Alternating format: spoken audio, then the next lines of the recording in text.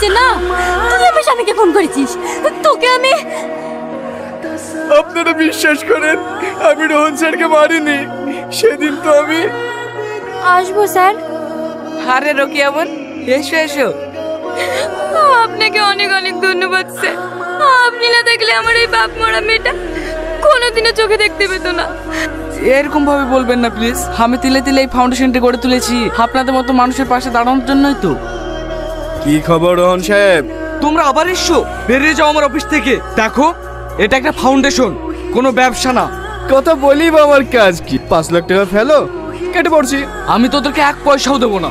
ভালোই ভালোই বলছি, টাকাটা দিয়ে দে, না হলে তো কে। আমি কোনোদিন অন্যায়কে প্রশ্রয় দিইনি আর দেবও না। বেরিয়ে যা এখান থেকে। কাজটা খুব খারাপ করলি রে, এর মাসুল তোকে দিতে হবে। এই চল।